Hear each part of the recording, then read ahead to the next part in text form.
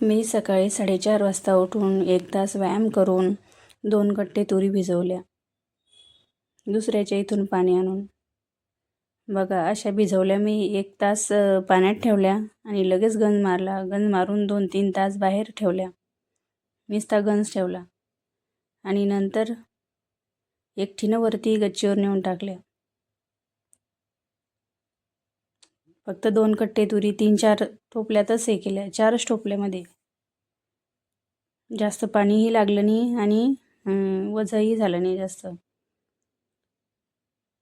2-3 कट्टे तुरी मी एकटीनंच वरती नेल्या. हा फक्त सकस संतुलित आहार आणि माझ्या 1 तास व्यायाम करण्याचा परिणाम आहे. मी 1 कळशी भरूनही गच्चीवर घेऊन जाऊ शकत नव्हते, पण मी आज 2 कट्टे तुरी एकटीनं भिजून वरती नेऊन टाकल्या. ही फक्त व्यायामाची आणि सकस संतुलित आहाराची कमाल आहे.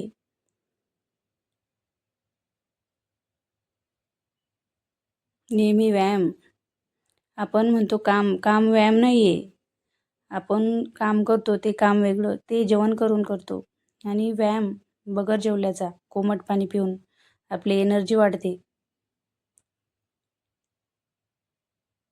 आपण कितीही काम करा, पण हे 1 तासासारखा व्यायाम कधीच होत नाही. कारण ज्याची वाणी त्याची जुबानी. जो करतो तोच बोलल, बाकीचे बोलणार नाही.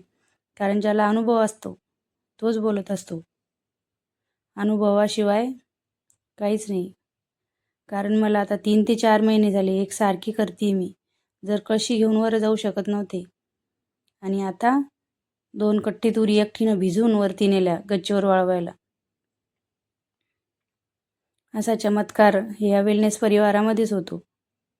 कितीही काम केलं तरी थकत नाही. दिवसभर काम करायचं आणि सकाळी 1 तास व्यायाम करायचा. आता सकाळी उठून मी 4:30ला उठून परत व्यायाम केला. कधीच अशी थकले म्हणून वाटले नाही. काम कितीही होऊ द्या, शेतातलंही काम आणि हेही काम, घरचं उठून आवरून सगळं केलं आणि तुरी भिजवल्या. शेतातही केलं व्यायाम करून तरी थकत नाही. कोणाला असं वाटतं व्यायाम म्हणजे काम करतो आपण दिवसभर, ते व्यायाम नाही. व्यायाम म्हणजे व्यायामच. व्यायामानं कधीच माणूस थकत नाही. ही फक्त सकस संतुलित आहाराची जादू आहे.